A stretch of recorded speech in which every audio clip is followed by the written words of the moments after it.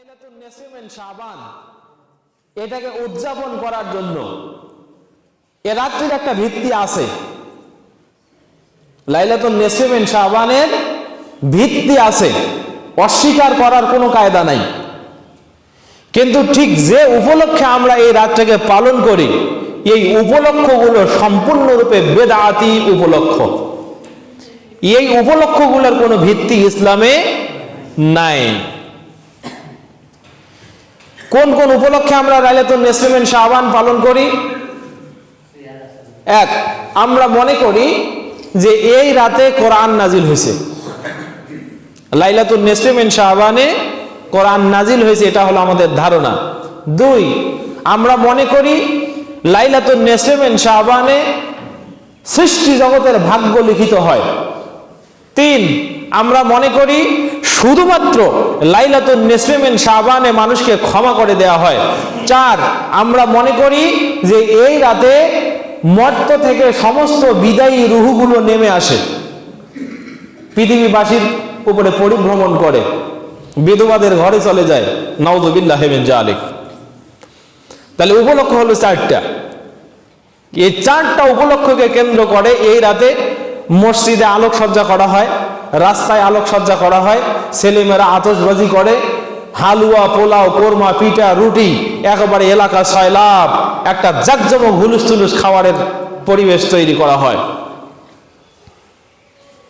হালুয়া রুটির কথা তো ইসলামে নাই, আলোকসজ্জা তো ইসলামে হারাম, আতশবাজি করা তো ইসলামে হারাম। আতশবাজি চলবে না, আলোকসজ্জা। উদ্দেশ্যের চেয়ে যদি আলোকসজ্জা বেশি হয়, এটা একটা হারাম পন্থা।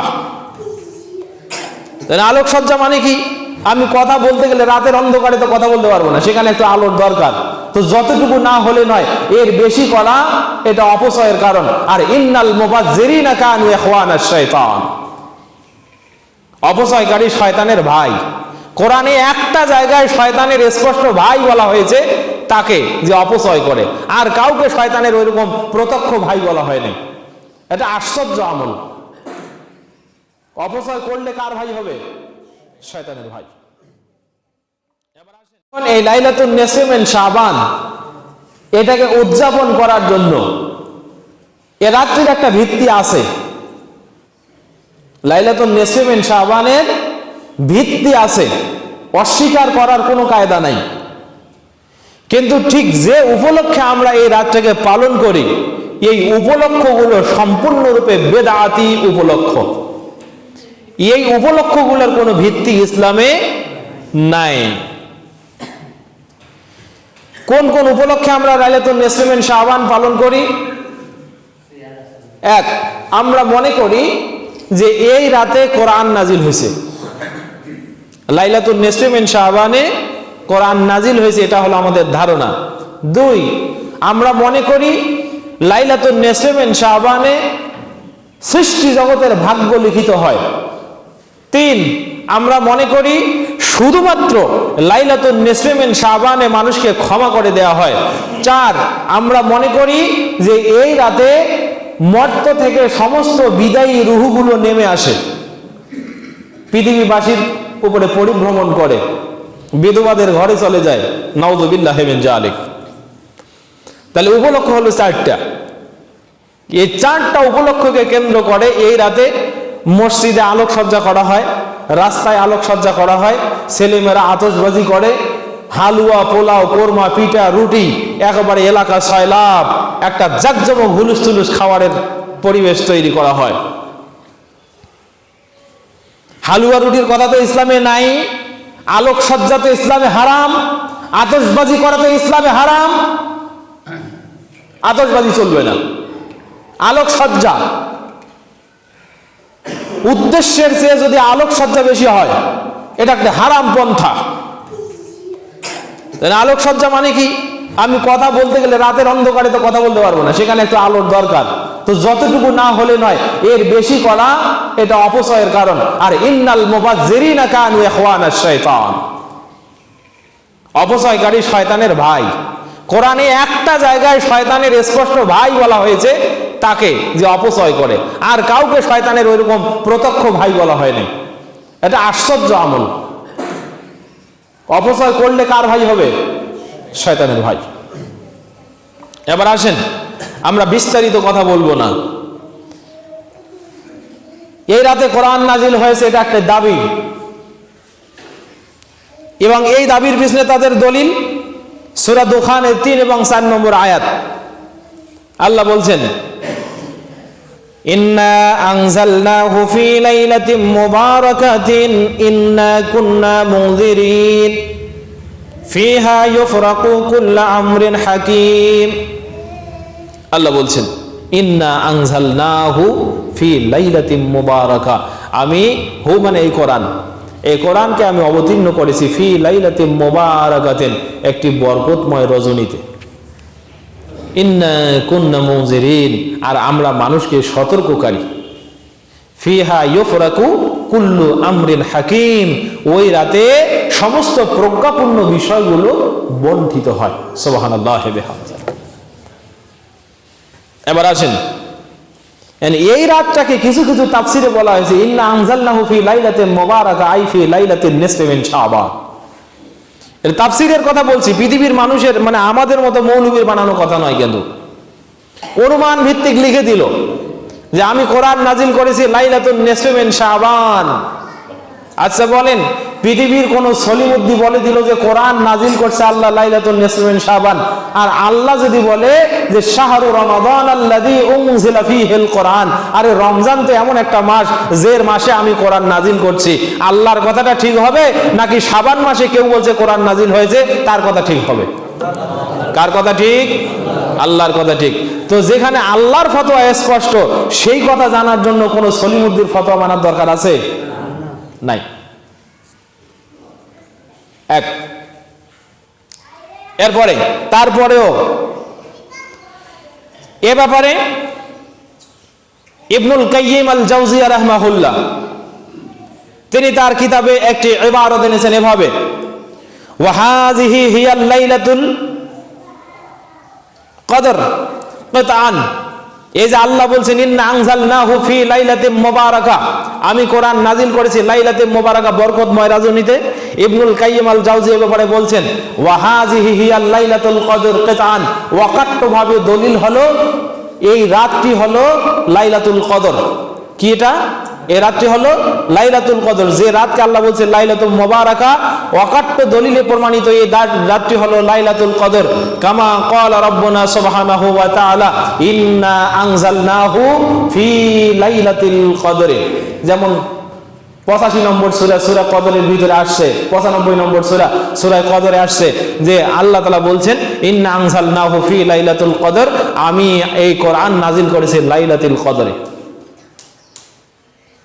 তাহলে লাইলাতুল মুবারাকা এটার সমার্থক একটি অর্থ হলো লাইলাতুল কদর।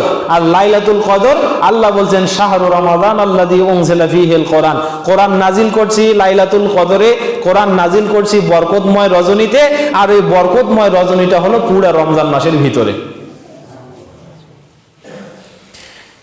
ইমাম আল্লামা শানকিতি রাহমাহুল্লাহ তিনি বলছেন হাযিহি হিয়া দাওয়াউন বাতিল, কোন ব্যক্তি যদি বলে যে কোরআন নাজিল হয়েছে লাইলাতুন নিসফি মিন শাবানে, তার এ দাবি বাতিল দাবি, অযৌক্তিক দাবি।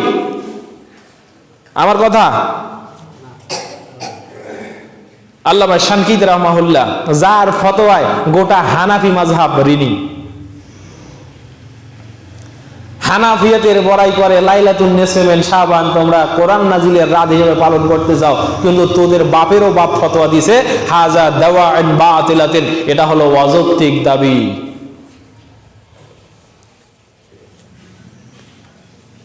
এই ব্যাপারে আর কোনো কথা বলার দরকার আছে? তাহলে আমরা বুঝতে পারলাম কোরআন লাইলাতুন নিসফি মিন শাবানে নাজিল হয় নাই, নাজিল হয়েছে কোথায়? রমজান মাসে লাইলাতুল কদরে। লাইলাতুল কদরের একটি সমার্থক শব্দ হলো লাইলাতুল মুবারাকা, বরকতময় রজনী। লাইলাতুল কদর বরকতময় না? সালামুন হিয়া হাত্তা মাতলাইল ফজর, এটা এমন বরকতময় যে সন্ধ্যা থেকে নিয়ে শুরু হয় ফজর পর্যন্ত রহমতের ফেরেশতাগুলো গোটা পৃথিবীতে পরিভ্রমণ করতে থাকে। আর বলে ইয়া বাগিয়াল খাইর আকবিল, ইয়া বাগিয়াস শার আকসির। হে কল্যাণ প্রার্থী জাগো, আর যারা অকল্যাণ চাও তারা ভাগো। এমন বরকতের রজনী হলো লাইলাতুল কদর। সুবহানাল্লাহি বিহামদিহি। দ্বিতীয় বিভ্রান্তি, এই রাতে ভাগ্য লিখিত হয়। শাবান মাসের 14 তারিখ রাতে বান্দার ভাগ্য লিখিত হয়। এমনকি এই শাবান থেকে পরবর্তী শাবান পর্যন্ত বান্দার রিজিক, হায়াত, বিবাহ, সন্তান এবং মৃত্যু পর্যন্ত নির্ধারিত হতে থাকে। এই মর্মে ইকরামা রাদিয়াল্লাহু থেকে একটি হাদিস এসেছে।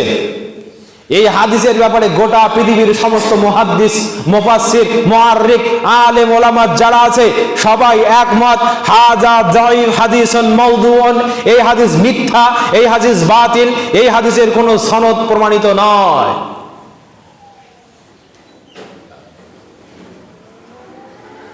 এই হাদিসের ব্যাপারে কোন তাখরিজের ইমাম এই কথা বলেন নাই যে এই হাদিসটা সহিহ হতে পারে। কথাটাও বলেন নাই। এই হাদিসটা হাসান হতে পারে, এই কথাটাও কেউ বলেন নাই। সমস্ত মুহাদ্দিস, পৃথিবীর যত জগৎ বিখ্যাত মুহাদ্দিস আছে সবাই বলছেন হাযা হাদিসুন মাওযু, হাযা হাদিসুন মাওযু, এই হাদিসটি মাওযু, এই হাদিসটি মিথ্যা। বরং এই কথার বিপক্ষে আল্লাহ রাব্বুল আলামিন সূরা কমারের 24 এবং 25 নম্বর আয়াতে বলছেন ওয়া কুল্লু শাইইন ফাআলুহু ফিজ জুবুর ওয়া কুল্লু সাগীরিন ওয়া কাবীরিন মুস্তাতারুন। আল্লাহ বলছেন, শোনো বিশ্ববাসী, ওয়া কুল্লু শাইইন ফাআলুহু ফিজ জুবুর, তোমাদের যত কর্মকাণ্ড আছে সবগুলো কর্মকাণ্ড ফিজ জুবুর, একটা কঠিন দলিলে লিপিবদ্ধ। তোমরা যা করবে পৃথিবীতে সবটাই একটা কিতাবে লিপিবদ্ধ আছে। কুল্লু সাগীরিন ওয়া কাবীরিন মুস্তাতারুন, তোমাদের ছোট বড় সবগুলো আমল লিপিবদ্ধ অবস্থায় আছে।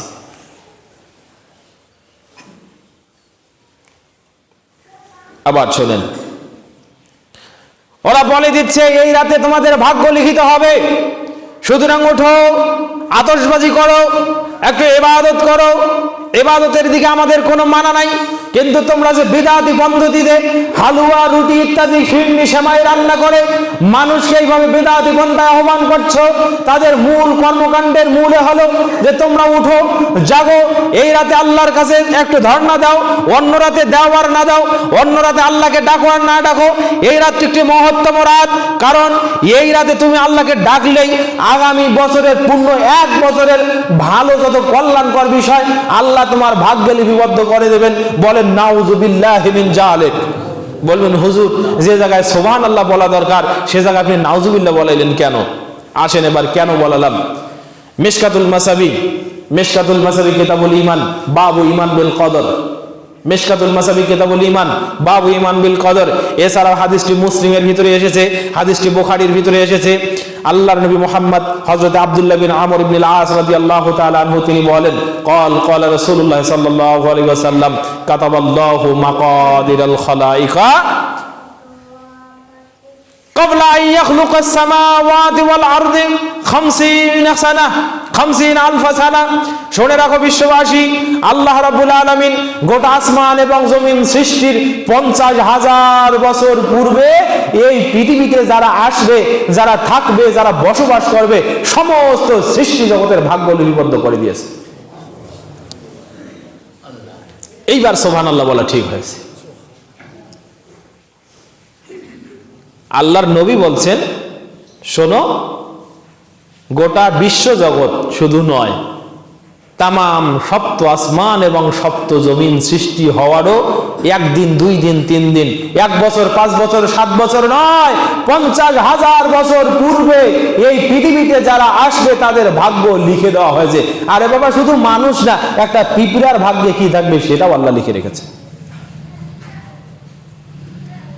তো যে জায়গায় 50,000 বছর আগেই ভাগ্য লিখিত, আমার সৃষ্টির 50,000 বছর আগে নয়, এই বিশ্ব আসমান জমিন সৃষ্টির 50,000 বছর পূর্বে। আর আপনি আমি তো পৃথিবীতে আসলাম কাল। গতদিন শুনাইছি না 1500 কোটি বছর আগে পৃথিবী সৃষ্টি হয়েছে। এটা তো মানুষের মাটি পরীক্ষা করে কল্পনা করা কথা। কতদিন আগে আল্লাহ পৃথিবী সৃষ্টি করছেন সেটা একমাত্র কে জানেন? আল্লাহ জানেন। তারও 50,000 বছর আগে আল্লাহ তাআলা আপনার আমার ভাগ্য লিখে রেখেছেন এবং আল্লাহ পরিকল্পনা করে রেখেছেন যে রমজান আলী আশরাফি যাবে মুহাজির পাড়া মসজিদে খুতবা দেবে। কথা বুঝতে পারেন নাই? আপনি যে আজকে আমার খুতবা শুনবেন এটার আল্লাহর ওই দস্তখতে লেখা আছে। কথা বুঝেন নাই? এটাই যে গত সাবানে লিখিত হয়েছে এটা নয়। আর একটা হাদিস শোনেন, ভাগ্য যে লিখিত, একই অধ্যায়ে ফসলুল আউয়ালে আরেকটি হাদিস পাবেন। হাদিস বুখারী এবং মুসলিমে 2 কিতাবে আছে। আবু হুরায়রা রাদিয়াল্লাহু তাআলা আনহু তিনি একদিন আল্লাহর নবীর কাছে এসে বললেন, ইয়া রাসূলুল্লাহ আনা রাজুলুন শাবুন ওয়া আনা খাশিতু আলা নাফসিল আনাতা। হে আল্লাহর রাসূল, আমি তো যুবক মানুষ, আপনি তো জানেন আমি আহলে সুফায় থাকি। মসজিদের এক পাশে 50-40 জন মানুষ সারাদিন ওইভাবে আল্লাহ বিল্লাহ করে আর থাকে। ওদের কোথাও কোনো কাজেরও জায়গা নাই, খাওয়ারও জায়গা নাই। আল্লাহর নবীর কাছে মাঝে মাঝে খেজুর, রুটি ইত্যাদি হাদিয়া আসে কারো পক্ষ থেকে। রাসূল সাল্লাল্লাহু আলাইহি ওয়াসাল্লাম যেই দিন কিছু পান তাদেরকে দেন, আবু হুরায়রা তোমার টিম নিয়ে খাও। যেদিন না পান ওই অতেই থাকে ক্ষুধায়। 1 গ্লাস দুধ 40 জনে ভাগ করে খায়। সেই আবু হুরায়রা এসে বলছে, ইয়া রাসূলুল্লাহ আনা রাজুলুন শাবুন, আমি তো খুব যুবক মানুষ, ওয়া আনা খাশিতু আলা নাফসিল আনাতা, আমি আমার নফসের উপরে আমি আমার পদস্খলনের ভয় পাই। কখন যে কোন যৌনাচারে আমি লিপ্ত হয়ে যাই। আল্লাহর নবী ওয়ালা আযীদু শাইয়ান আতাযাওয়াজু বিহিন নিসা, আমার হাতে এমন কিছুই নাই যেটাকে উপলক্ষ করে আমি কোন মহিলাকে বিবাহ করব। আল্লাহর নবী কান্নাহু ইয়াস্তাজিনহু বিল ইখতিসা, তিনি বলছেন যে আমি আল্লাহর নবীকে এই কথার মাধ্যমে খাসি হওয়ার অনুমতি চাইলাম। কে হওয়ার? খাসি হওয়ার অনুমতি চাইছি। আল্লাহ নবী ঘুরে ফাসাকাতা আন্নি, আমার দিক থেকে ঘুরে বসলেন। আবার বললেন, ইয়া রাসূলুল্লাহ আমার তো এই পরিস্থিতি, একটা অনুমতি দেন না। আল্লাহ নবী আরো ঘুরে বসলেন। আবার বললাম, ইয়া রাসূলুল্লাহ আমার তো এই পরিস্থিতি, একটু ঘুষে দেন না। ফাসাকাতা আন্নি, তিনি বলেন যে আল্লাহ নবী আবার ঘুরে বসলেন। চতুর্থবার যখন বলছি তখন বলছে, আবু হুরায়রা জিফুল কালাম বিমা আনতা লাইকান ফাকতাসি আউজিরহু। আবু হুরায়রা আমাকে বলে তো কোনো লাভ নাই, তোমার ভাগ্যে কি আছে কলম সেটা লিখে রেখেছে। আবু হুরায়রা আমাকে বলে কোনো লাভ নাই, তোমার ভাগ্যে কি আছে সেটা কলম লিখে রেখেছে। ফাকতাসি আউজিরহু, তুমি খাসি হও অথবা না হও তোমার ব্যাপার। এখন একজন কর্তৃত্বশীল মানুষকে গিয়ে আপনি এইভাবে বলছেন, আর সে যদি আপনাকে এইভাবে ঝিরকানিতে বের করে দেয়, তার মনে কি অনুমতি দিছে? অনুমতি দেয় নাই। আবু হুরায়রা ধৈর্য ধারণ করলেন, খাসি আর হইলেন না। আবু হুরায়রার জীবনী পড়ে দেখলাম পরবর্তীতে তার বিবাহ হয়েছে, বউ হয়েছে, সন্তান হয়েছে, 12টা ছেলে, 12টা ব্যবসায়ী, 12টা সম্পদের খনি। তাই আবু হুরায়রা খাসি হবে না না হবে এটা নবী অনুমতি দেওয়ার কে? নবী ইচ্ছা করলে অনুমতি দিতে পারতেন, তার কারণ শরীয়ত প্রণয়নের ক্ষমতা আল্লাহ নবীর। আর যদি অনুমতিটা দিতেন আজকে এই হাদিস সামনে এনে আমরা জন্ম নিয়ন্ত্রণ করতেই পারতাম 100%, তাই না? এটা দলিল হইতো। আল্লাহ নবী জানতেন না, ইন্নী মুকাসিরু বিকুম ইয়াউমাল কিয়ামা, তোকে আজকে আবু হুরায়রা এই অনুমতি দিলে আমার উম্মতের সংখ্যা কমে যাবে। অনুমতি দেয়া যাবে, তার কারণ আল্লাহ হচ্ছেন হুয়া আরহামুর রাহিমিন, সমস্ত রহম করনেওয়ালারও রহমান তিনি, সব দয়াবানের দয়াবান তিনি। আমার তো মনে হয় আবু হুরায়রা ওই দিন আল্লাহর নবীর কাছে খাসি হওয়ার অনুমতি চাইছে, আর আল্লাহর রাসূল প্রতিবারে আল্লাহকে বলছে, আল্লাহ ও যেন খাসি না হইতে পারে। সুবহানাল্লাহি ওয়া বিহামদিহি। তার মানে এই হাদিসও প্রমাণ করে ভাগ্য জন্মের আগেই লিখিত। তাহলে এই দুটা হাদিস আর সূরা কমারের 24-25 আয়াত থেকে আপনাকে আমি যা বোঝালাম, বলেন তো কি ভাগ্য কি কোনো একটা রাতে লিখিত হয় নাকি সৃষ্টিরও আগে লিখিত অবস্থায় আছে? এখন যদি কোন কাই কি কয় কোক, কাই কি বলে বলুক, ভোট দাও বলুক, আমাদের সমাজে একটা কথা আছে, হুজুর আপনি যাই বলেন বলেন, আমরা তো সারা বছর ইবাদত করিয়ে না, ওরা যেহেতু বলে একটা রাত ইবাদত করো আল্লাহ তোমাদের ভাগ্য লিখে দেবে, তাই একটা রাত একটু কষ্ট করলাম, সমস্যা কি? তো মনে রাখবেন, সমস্যা কি নামে কিতাব আমাদের হাতে নাই। আপনাকে আমি যেটা বলছি ভালো করে শোনেন, তাহলে দ্বিতীয় বিভ্রান্তি গেল, এই রাতে মানুষের ভাগ্য লিখিত হয় না। ভাগ্য লিখিত হয় কখন? হয়েছে কখন? সৃষ্টিরও 50,000 বছর পূর্বে। দ্বিতীয় বিভ্রান্তি, শুধুমাত্র এই রাতে মানুষকে ক্ষমা করে দেয়া হয়, এই মর্মে কয়েকটি হাদিস আপনাকে আমি আগে শোনাই। কিছু হাদিস এসেছে এই রাতে মানুষকে ক্ষমা করে দেয়া হয়, এবং এই বরাতে কিছু হাদিস আছেও যেটাকে অনেকে সহি বলেছেন, শুদ্ধ বলেছেন, হাসান পর্যায় পর্যন্ত বলেছেন, সহি বলেছেন কেউ কেউ। তবে যখন আপনি এভারেজ কথাগুলো শুনবেন তখন আপনার ধারণা হয়তো এটা হবে না। এবারে প্রথম হাদিস, এই হাদিসখানা সুনানে ইবনে মাজার ভিতরে আসছে। হযরত আলী ইবনে আবি তালিব রাদিয়াল্লাহু তাআলা আনহু তিনি বলছেন, ক্বালা রাসূলুল্লাহ সাল্লাল্লাহু আলাইহি ওয়াসাল্লাম, ইযা কানাতিল লাইলাতু নিসফু মিন শাবান ফাকুমু লাইলাহা ওয়া সুমু নাহারাহা ফাইন্নাল্লাহা ইয়ানজিলু ফিহা লিগুরুবিশ শামসি ইলা সামাইদ দুনিয়া ফায়াকুলু আলা মান মুস্তাগফিরিন ফাগফির আলা মান মুস্তারজিকিন ফাআরযুকা।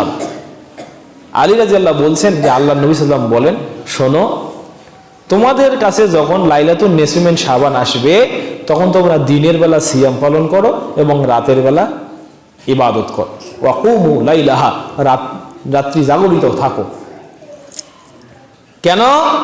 ফাইন্নাল্লাহা ইয়ানজিলু ফিহা, ওই রাতে আল্লাহ তাআলা প্রথম আসমানে আসেন, ডাকতে থাকেন, আলা মান মুস্তাগফিরিন ফাগফির আল্লাহ, কে আছো তোমাদের ভিতরে আমার কাছে ক্ষমা চাও, আমি তোমাদেরকে ক্ষমা করে দিব। আলা মান মুস্তারজিকিন ফারজুক আল্লাহ, কে আছো তোমরা আমার কাছে রিজিক চাইবে, আমি তোমাদেরকে রিজিক দিয়ে দেব। ওয়া ইয়াজালু হাত্তা তাতলু আশ-শামসা, সূর্য উদিত হওয়া পর্যন্ত আল্লাহর এই ডাক চলতেই থাকে। এই হাদিস আছে। এই হাদিসের ভিতরে সবচেয়ে বড় যে সমস্যা, মুহাদ্দিসিনে কেরাম কেউ কেউ এই হাদিসকে জাল বলেছেন। কি বলছেন?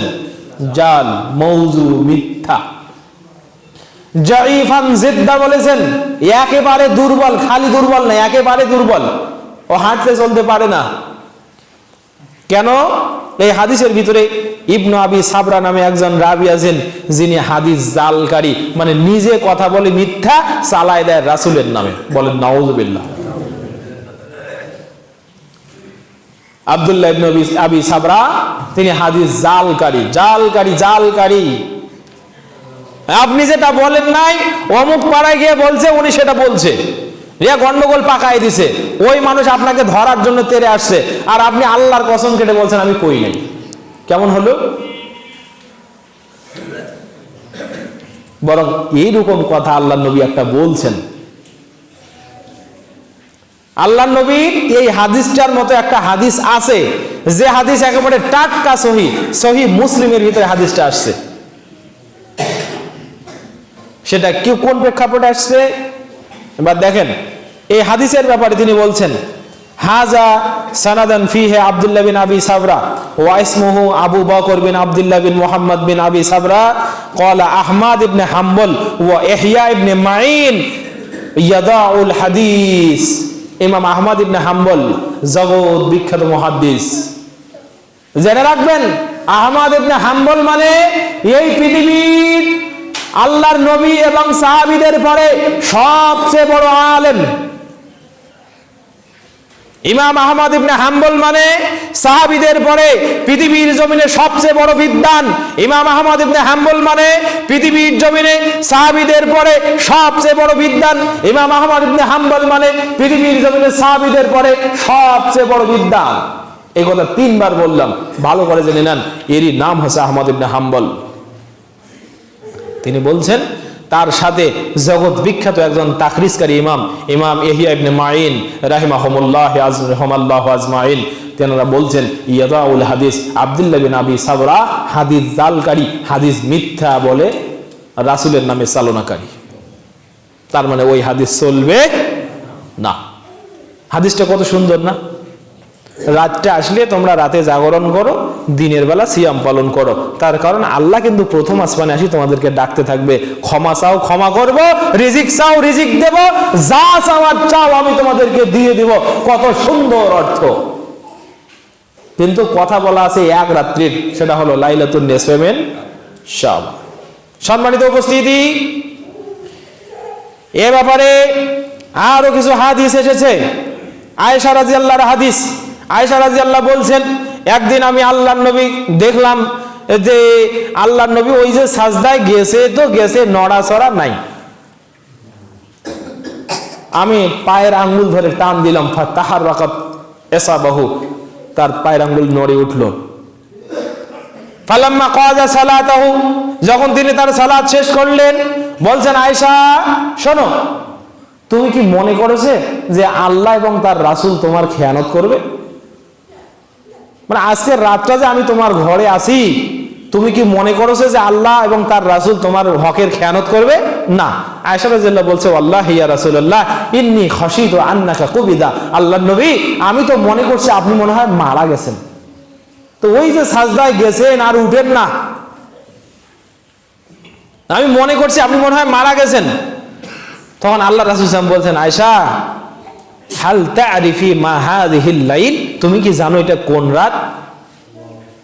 তিনি বলছেন যে এটা হলো লাইলাতুন নিসফি মিন শাবান।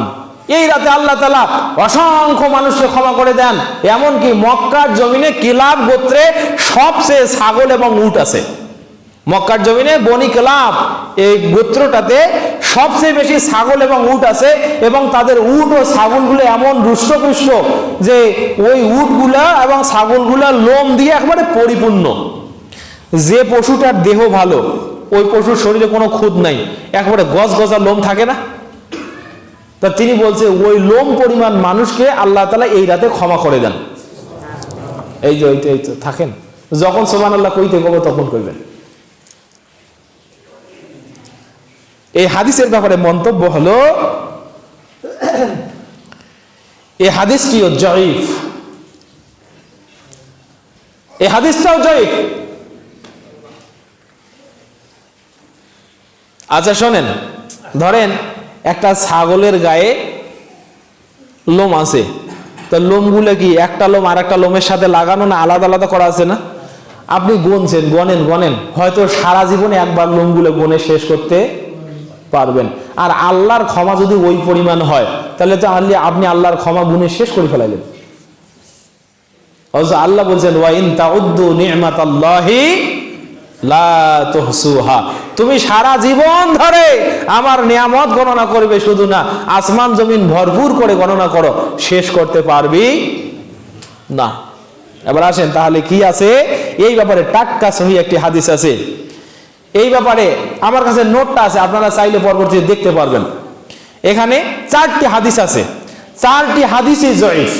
4টি হাদিসে কি জয়ীফ। এবার এই মর্মে সহিহ হাদিসটি আমি আপনাকে শোনাই। হাদিস কেন পাবেন? সহিহ বুখারী 1145, সহিহ মুসলিম 758। সহিহ বুখারী 1145, সহিহ মুসলিম 758। আন আবি হুরায়রা রাদিয়াল্লাহু তাআলা আনহু।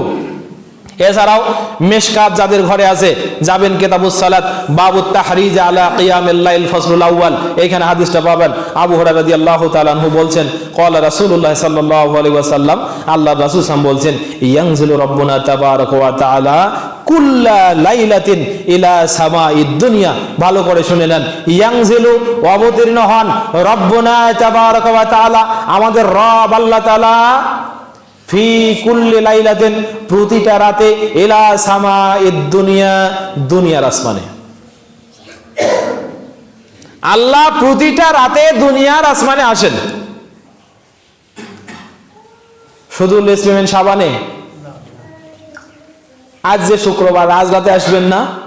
গত শুক্রবার আসেন নাই, বৃহস্পতিবার আসেন নাই, ঈদের দিন আসেন নাই, রমজানের প্রতিটা রাতে আসেন নাই, সারা বছর 365 দিন, 365 দিনের 365 রাত, 365 রাতেই আল্লাহ রাব্বুল আলামিন প্রথম আসমানে সমাসীন হন, সমুন্নত হন।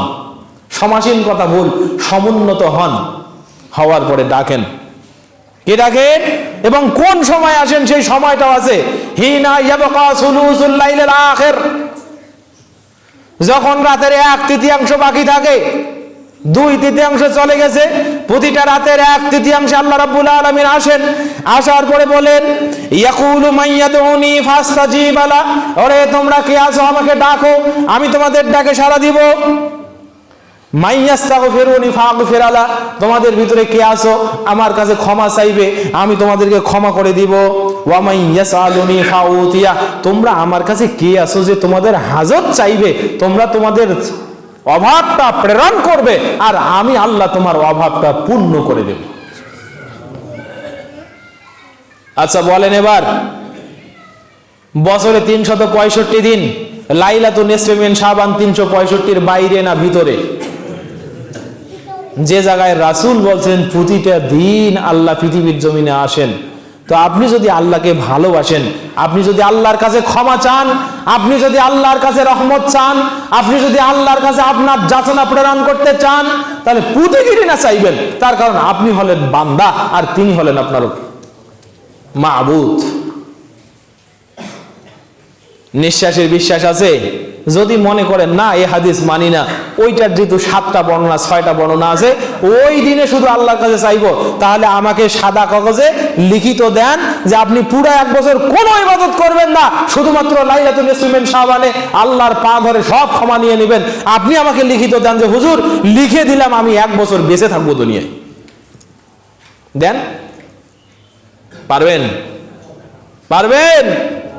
নবী বলছেন ক্ষমার ব্যবস্থা প্রতি রাত, আর আমার দেশের মাযহাবি গোড়া অন্ধ মৌলবী বলছেন ক্ষমার ব্যবস্থা শুধুমাত্র একদিন, সেটা হলো লাইলাতুল নিসফে মিন শাবান।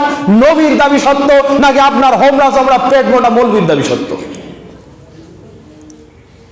আল্লাহ বলছেন আমি রহমান, আমি গফফার, প্রতি রাতেই তোমাকে ক্ষমা করে দেই। আরে বাবা, প্রতি রাত কি প্রতি ক্ষণ আল্লাহর ক্ষমার দরজা সর্বদাই খোলা। আল্লাহ বলছেন তুমি পাপ করবে, পাপ থেকে যদি ফিরে আসো আমি খুশি হই তেমন ওই যে কি বলে মরুভূমিতে উট হারিয়ে ফেলে ওই বান্দা খুশিতে যেমন বলছিল আনতা আব্দি আনা রাব্বুক, যে তুমি আমার বান্দা আমি তোমার আল্লাহ, আমি এইরকম খুশি হই। মানে খুশিতে মন বলে একটা, বলতে মুখ ফসকে আলাদা বের হয়ে যায়। আল্লাহ বলছে আমি তো সেই রকম খুশি হই বান্দা তুমি পাপ করার পরে যদি আমার কাছে তওবা করো।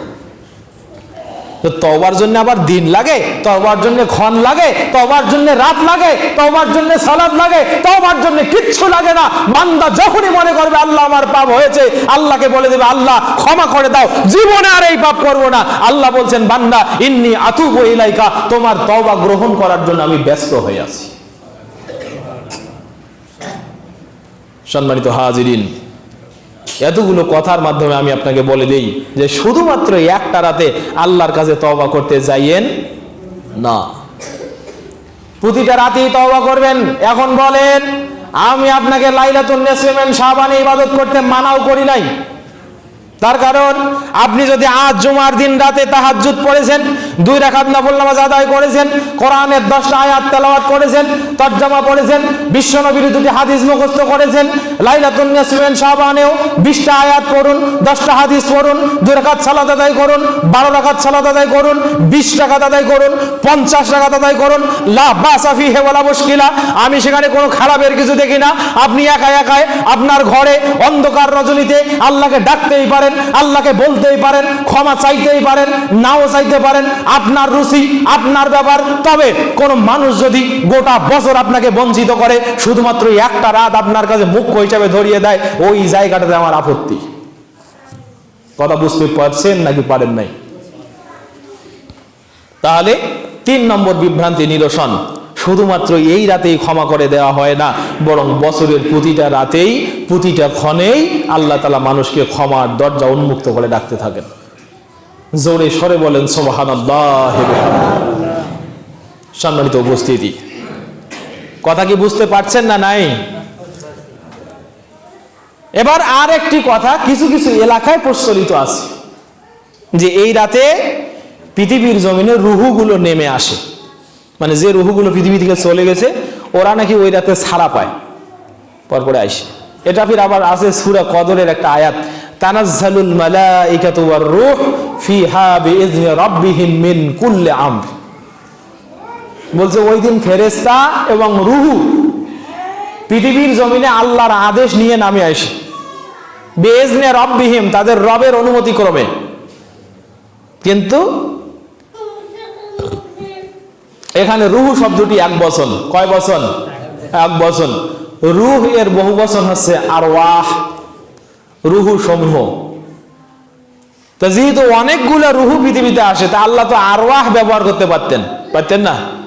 না, করেন নাই। আল্লাহ রূহ ব্যবহার করছেন। শোনেন, ফেরেশতা জিবরাইল আমিন আলাইহিস সালাতু ওয়াস সালামের আরেকটি নাম হলো রূহুল্লাহ। রূহ, ফেরেশতা জিবরাইলের আরেকটি নাম রূহ। সমস্ত মুহাদ্দিস মুফাসসিরিন একমত।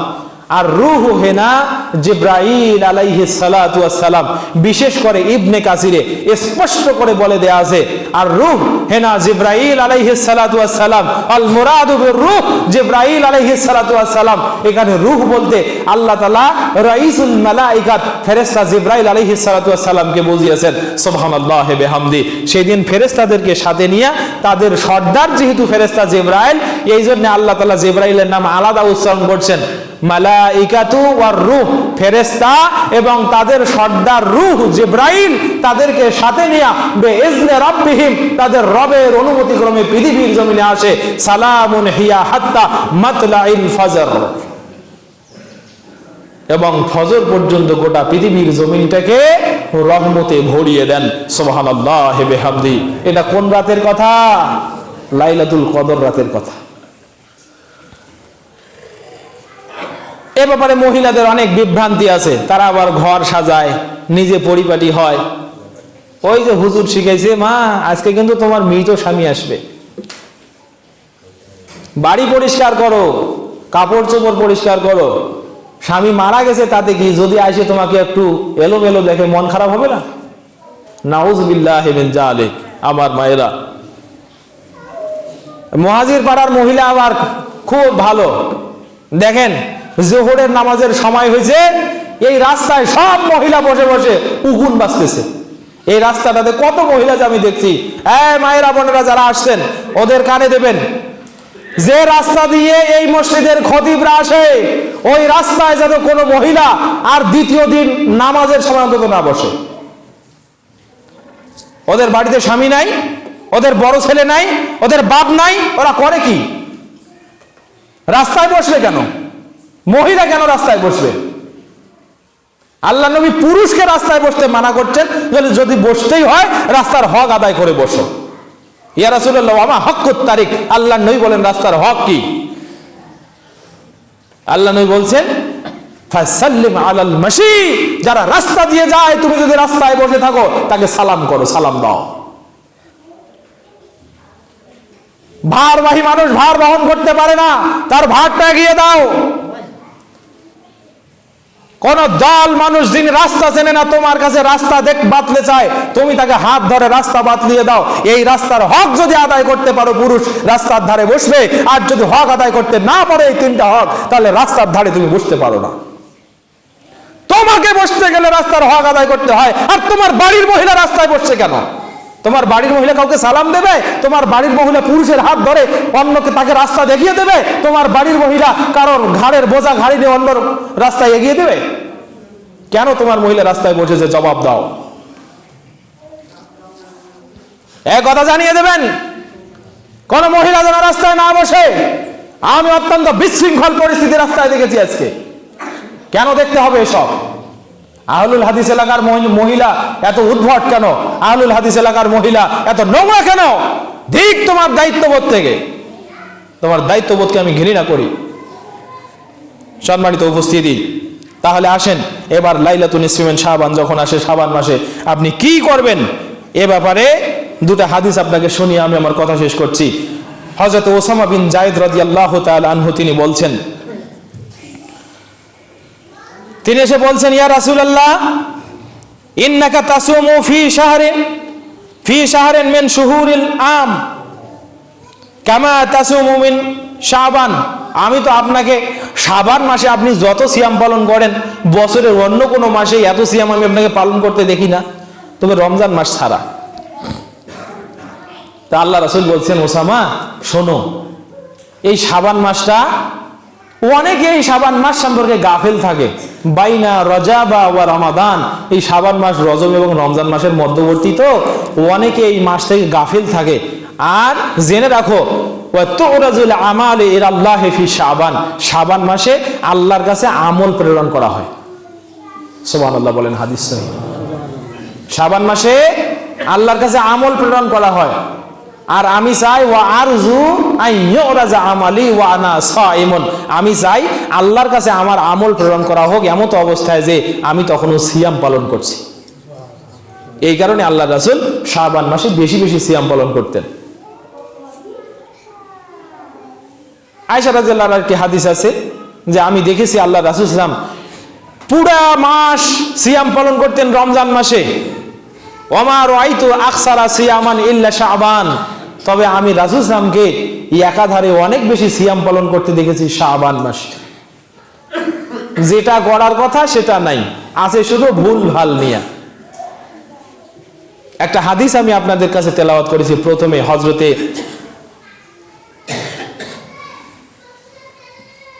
মালিক আশআরী রাদিয়াল্লাহু তাআলা আনহু তিনি বলছেন, আল্লাহ রাসূল সাল্লাল্লাহু আলাইহি ওয়াসাল্লাম বলছেন যে ইন্না লাইলাতান নিসফি মিন শাবান লা ইয়াত্তালিউ, ইন্নাল্লাহা লা ইয়াত্তালিউ ফি লাইলাতিন নিসফি মিন শাবান, আল্লাহ তাআলা শাবানের রাতে জমিনের আসমানে আসেন। ফায়াগফিরু জামিআ খালকিহি, গোটা সৃষ্টি জগৎকে ক্ষমা করে দেন। ইল্লা লি মুশরিকিন আও মুশাহিনিন, শুধুমাত্র শিরিককারী এবং হিংসুককে ক্ষমা করেন না। এই হাদিসটি একই রিওয়ায়াতে একটু ভিন্নতার সাথে কোথাও আসছে কাতিলুন নাস, ওই ব্যক্তিকে ক্ষমা করেন না যে মানুষকে হত্যা করেছে, এবং হাজ্জাজ যিনি ঝগড়াটে তাকে তিনি ক্ষমা করে দেন না, সুদখোরকে ক্ষমা করে দেন না, আত্মীয়তার সম্পর্ক যারা রক্ষা করে না তাদেরকে ক্ষমা করে দেন না। কিছুক্ষণ আগে আমরা প্রমাণ করছি লাইলাতুন নিসফি মিন শাবান বছরের অন্যান্য রাতের মতোই প্রতি রাতে এই রাতেও আল্লাহ জমিনে আসেন। তবে এই রাতের ব্যাপারে প্রায় 7টি হাদিস এইভাবে এসেছে। হাদিসটা এককভাবে প্রতিটা হাদিসে জয়ীফ, এককভাবে প্রতিটা হাদিসে জয়ীফ। তবে মনে রাখবেন আল্লামা নাসিরউদ্দিন আলবানী রাহমাহুল্লাহ বলছেন ইয়াশুদ্দু বা'দুহা বা'দান, একটা হাদিসের সনদ আর একটা হাদিসের সনদ মানে একই কথা, তো অনেকগুলো মানুষ বর্ণনা করছে, তাই এটার একটা ভিত্তি পাওয়া গেছে। তাই তিনি বলছেন ফা হাদিসুন সহিহুন বিলা রাইবিন, নিঃসন্দেহে হাদিসের কথাগুলো সুন্দর, হাদিসের কথাগুলো শুদ্ধ। তো আপনি অন্য বছরও যেমন ইবাদত করবেন, মাসের অন্যান্য দিনেও যেমন ইবাদত করবেন, রাতেও যেমন ইবাদত করবেন, এই রাতেও ইবাদত করবেন। তবে এই রাতে আল্লাহর ক্ষমার ব্যবস্থাটা একটু ভিন্ন। এই রাতে ক্ষমা পাবে শুধু আল্লাহর পিওর বান্দাগণ। যারা হিংসুক তারা ক্ষমা পাবে না, যারা আত্মীয়তার সম্পর্ক ছিন্ন করে তারা ক্ষমা পাবে না, যারা কে করে মানুষকে অন্যায়ভাবে অত্যাচার করে হত্যা করে এরা ক্ষমা পাবে না, যারা সুদখোর তারা ক্ষমা পাবে না, যারা অন্যের হক মেরেছে জুলুম করেছে তারা ক্ষমা পাবে না। এরকম 7 শ্রেণীর মানুষ আল্লাহর পক্ষ থেকে ক্ষমা পাবে না। তাহলে রাতটা যদি আপনি পালন করেনও একা একা, মসজিদে নয়, কিন্তু মসজিদে নয়, রাতটা যদি আপনি একা একা পালনও করেন তাহলে আপনাকে কয়টা জিনিস সম্পর্কে সতর্ক থাকতে হবে। 1, আপনার ভিতরে শিরকি আকীদা আছে নাকি সেটা বর্জন করতে হবে। 2, আপনি আত্মীয়তার সম্পর্ক কি ধ্বংস করেছেন নাকি ছিন্ন করেছেন নাকি, আত্মীয়তার সম্পর্ক এবার আবার ঠিক করতে হবে। 3, আপনি কারো উপরে ঈর্ষা পরায়ণ নাকি, আপনার হিংসা থেকে বের হয়ে আসতে হবে। 4, আপনি কারো উপরে জুলুম করেছেন নাকি, জুলুম থেকে বের হয়ে আসতে হবে। 5, আপনি সুদ খেয়েছেন নাকি, সুদ থেকে তওবা করতে হবে। 6, কাউকে হত্যা করেছেন নাকি, সেটার দিয়ত অথবা আল্লাহর কাছে ক্ষমা নিতে হবে। দেখেন এই রাতে ইবাদত করার চেয়ে কি না করবেন সেইটার ব্যাপারে বেশি গুরুত্ব দেওয়া আছে। ইবাদত করার চেয়ে আপনার কি করা যাবে না সেইটাতেই গুরুত্ব দেওয়া আছে বেশি। এইরকম 7টা দোষ যদি আপনি মুক্ত হতে পারেন, আল্লাহকে যখনই ডাকবেন তখনই পাইবেন। সম্মানিত উপস্থিতি, তবে জেনে রাখবেন এতক্ষণ পর্যন্ত যে কথাগুলো বললাম, আমরা যে 4টা উপলক্ষে রাত যাপন করতে চাই, এই 4 উপলক্ষে রাত যাপন করা যাবে না, এমনিতেই স্বাভাবিক ইবাদত আপনি করবেন প্রতি রাতের ন্যায়, আল্লাহ তাআলা অন্য রাতেও যেমন আপনাকে ক্ষমা করে দেবে, এই রাতেও তেমন ক্ষমা করে দেবে। তবে হতে পারে রিওয়ায়াতগুলো বলছে অন্য রাতের চেয়ে এই রাতে আল্লাহ তাআলা বেশি পরিমাণে ক্ষমা করবে। আল্লাহু আলাম।